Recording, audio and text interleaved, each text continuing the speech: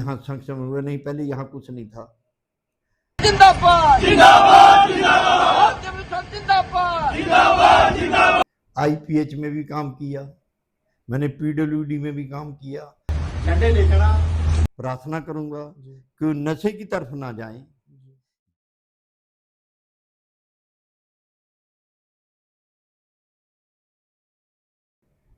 तो आज हम जिनके साथ हैं वो सहकार भारती में उपाध्यक्ष भी रह चुके हैं, वो लेबर यूनियन के प्रेसिडेंट भी रह चुके हैं और वो आरएसएस के सदस्य भी रह चुके हैं। तो आज हम मेलाराम चंदेल जी के साथ हैं। तो कैसे हैं सर आप? बिल्कुल ठीक हूँ जी। तो हम शुरुआत करते हैं हमारे पहले सवाल से कि आपने अपने करियर की शुरुआत कहाँ से की थी? मैंने अपने करियर की शुरुआत की थी, मैंने आईपीएच में भी काम किया, मैंने पीडब्ल्यूडी में भी काम किया, मैंने फॉरेस्ट में भी काम किया, मैंने बिजली विभाग में भी काम किया कि जब दिहाड़ी बहुत कम होती थी, 2.5 रुपये दिहाड़ी में मैंने काम किया। तो मैंने वहाँ से अपना ये जीवन है जो शुरू किया कि उस टाइम इस इलाके में पैसा नहीं होता, बिल्कुल नहीं था।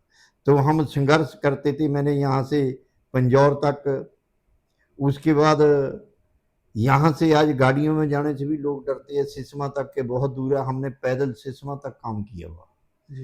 तो हमने बहुत संघर्ष किया ज़िंदगी में। तो चलते चलते चलते जी मैंने ट्रक ड्राइवरी की, ट्रक पे भी मैंने बहुत देर काम किया। उसके बाद कुछ कारण ऐसे हुए कि मेरे को घर आना पड़ा। तो घर आने के बाद हमने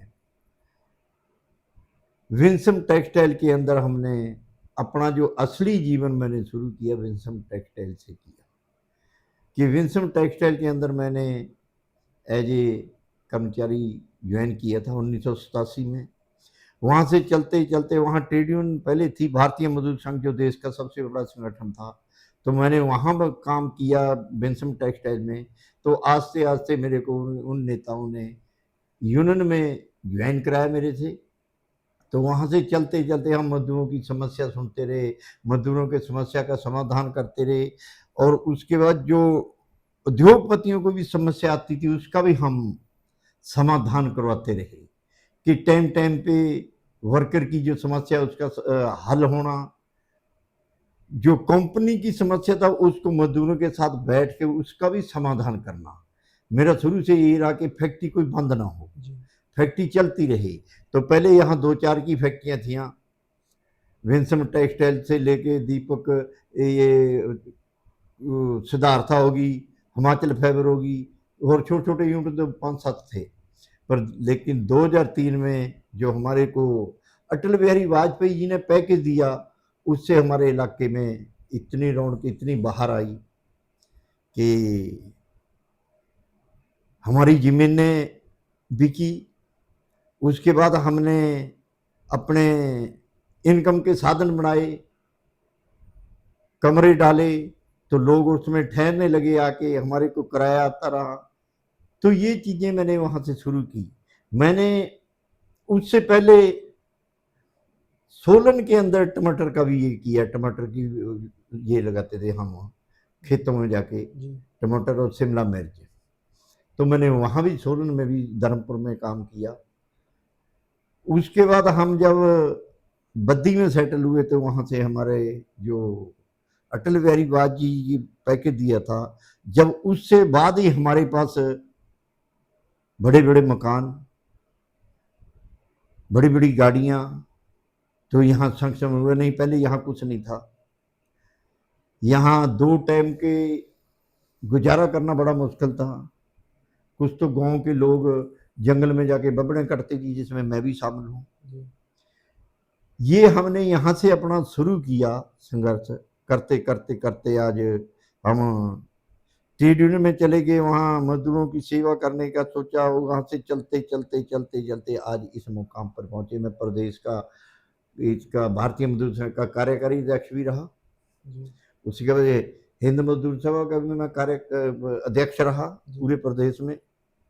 बाकी आज फिर भारतीय मजदूर संघ में हम काम कर रही हैं, तो जिसका रिजल्ट आपके साथ है, जी, सामने जी, ही है। जी, हमने गरीबों की सेवा करने का सोचा कि नहीं, ये गरीब है, इसको दवाई की ज़रूरत है, इसको हॉस्पिटल पहुंचाना, ये सारे काम मैंने शुरू से वहाँ से किए।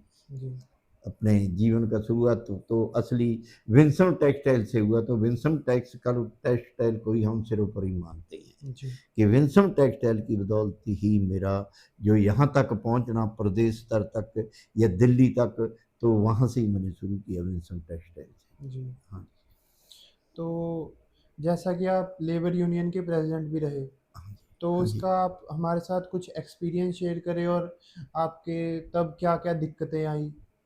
जब दिक्कतें बहुत थी कि यहाँ मजदूरों की समस्या की दिक्कत ये थी कि यहाँ जो लेबर अफसर का दफ्तर था, तो यहाँ नहीं था, बद्दी में सोलन था। जी, तो हर एक मजदूर सोलन पहुंच नहीं कर सकता। उसके बाद लेबर अफसर 3 जगह बैठता था, एक ही लेबर अफसर, वो सोलन भी वही देखता था, पांवटा साहब भी वही देखता था और ऊना भी वही देखता था। तो हमारे को 1-2 दिन मिलते थे, हफ्ते में 1 दिन या 2 दिन। तो वहाँ भी हमने बहुत संघर्ष किया, यहाँ से सोलन जाना, सोलन जाके केस लड़ना।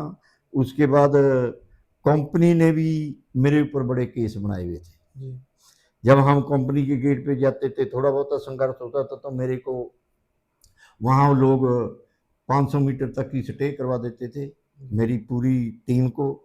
तो हम 500 मीटर पीछे बैठते थे, हम कोर्ट में केस लड़ा, कोर्ट में केस लड़ते थे कि हम स्टे तोड़वाने के लिए।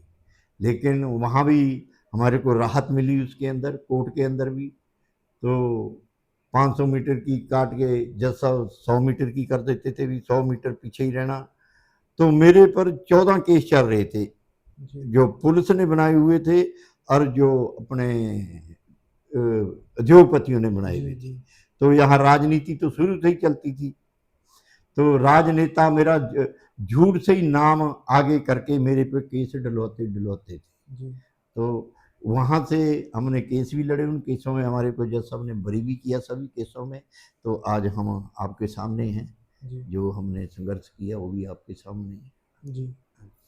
तो जैसा कि आपने हमें बताया कि आप पे कई केस हुए, तो वो किस तरह के केस थे और कौन करता था आपके ऊपर वो केस? वो केस कुछ तो राजनीति के दबाव में होते थे। जी, यहाँ राजनीति जो दून के अंदर इतनी राजनीति खराब थी, मैं तो गंदी कहूँगा, जी, कि जब मजदूरों के हक के लिए लड़ना तो राजनेता उसमें कूद जाते थे जी, उद्योगपतियों की तरफ से।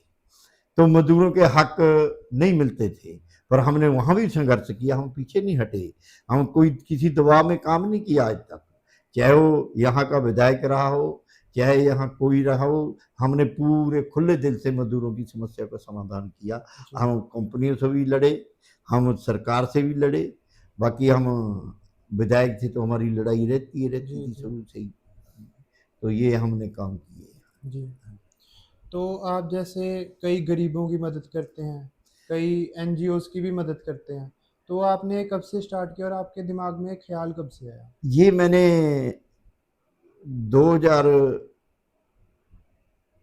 तकरीबन 2000 से ही मैंने शुरू किया था ये, जी, कि 2000 में हमारे पास जो हम लोगों की गरीब आदमी की समस्या बताते थे जाके, तो जी, लोग उसमें हमारे को कुछ चंदा भी देते थे, कुछ साथ भी देते, कोई राशन भी देते थे। उसके बाद हम उनको लेके गरीब तक पहुंचते थे। जी, तो गरीबों की वहां से हमने समस्या का समाधान किया। मैंने एक और बात की थी कि काठा हॉस्पिटल के लिए, जी, यहाँ यहाँ हॉस्पिटल कोई नहीं था बद्दी के अंदर। मैंने काठा हॉस्पिटल के लिए 150 घंटा मैं अमर अनशन पर बैठा था। जी, तो अमर अनशन पर बैठे तो हिमाचल प्रदेश के जो स्वास्थ्य मंत्री होते थे जेपी नड्डा जी, वो मैंने 150 घंटे से बाद मेरे को यहाँ से उठाने आए। उन्होंने जूस पिला के उठाया और वो समझ, उन्होंने पूछा कि ईएसआई की क्या समस्या। मैंने उनको सारी डिटेल में बताई जी, कि उनके साथ डीसी साहब भी थे, एटीएम थे, सारी पूरी टीम यहाँ बद्दी में पहुंची थी। तो वहां से ये हॉस्पिटल बना 100 बेड का जी। जी, तो आज जिसमें मजदूरों को अपने इलाज कराने के लिए बहुत सुविधा जी, नहीं, यहाँ मजदूरों की बहुत बुरा हाल था। कैंसर के पेशेंट जो होता था, जो किसी की किडनी खराब होती जी, थी, कोई वैसे बड़ी बीमारी से ग्रस्त था, तो उन लोगों का आज इस समस्या का समाधान हुआ। तो आज हम काठा हॉस्पिटल की बदौलत पीजीआई से लेके 5-7 जो प्राइवेट हॉस्पिटल वो भी ईएसआई ने गोद लिए हुए उन मजदूरों को वहाँ रेफर करवाते हैं। जी।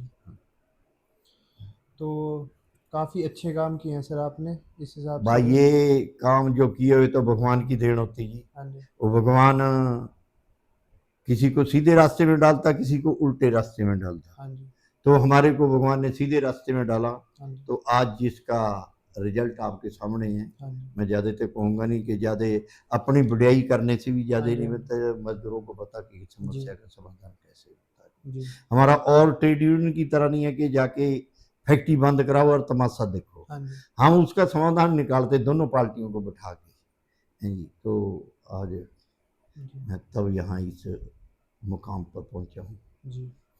तो जैसा कि आप आजकल का माहौल देख रहे हैं जी। कि यूथ हमारा नशों की तरफ जा रहा है, बाकी गलत कामों की तरफ जा रहा है, तो आप हमारे यूथ को क्या सीख देना चाहोगे अपनी तरफ से? मैं जो यूथ है, नौजवान है, उनसे एक ही ये करूँगा, रिक्वेस्ट करूँगा उनसे, प्रार्थना करूँगा जी। कि वो नशे की तरफ ना जाएं, जी। देश की सेवा में लगें, अपने राज्य की सेवा में लगे। वो चाहे मिलिट्री में भर्ती हो, पुलिस में भर्ती हो या किसी और डिपार्टमेंट में भर्ती हो, तो पढ़े लिखे आगे निकलें जी। कि जो ये नशे है हमारे घर को तो ख़त्म करती जी। हमारा जीवन भी ख़त्म हो जाता उसी में। अब कई बार देखते हम कि किसी ने कहता डोज ज़्यादा ले लिया, जी। जी। उसकी डेथ हो गई, उसने ये नशे किए जी। आज चिट्टे का बहुत चला हुआ। हाँ जी। मैं खास करके पुलिस वालों से निवेदन करूंगा इस बारे में कि पुलिस पूरी शक्ति से जी। ऐसे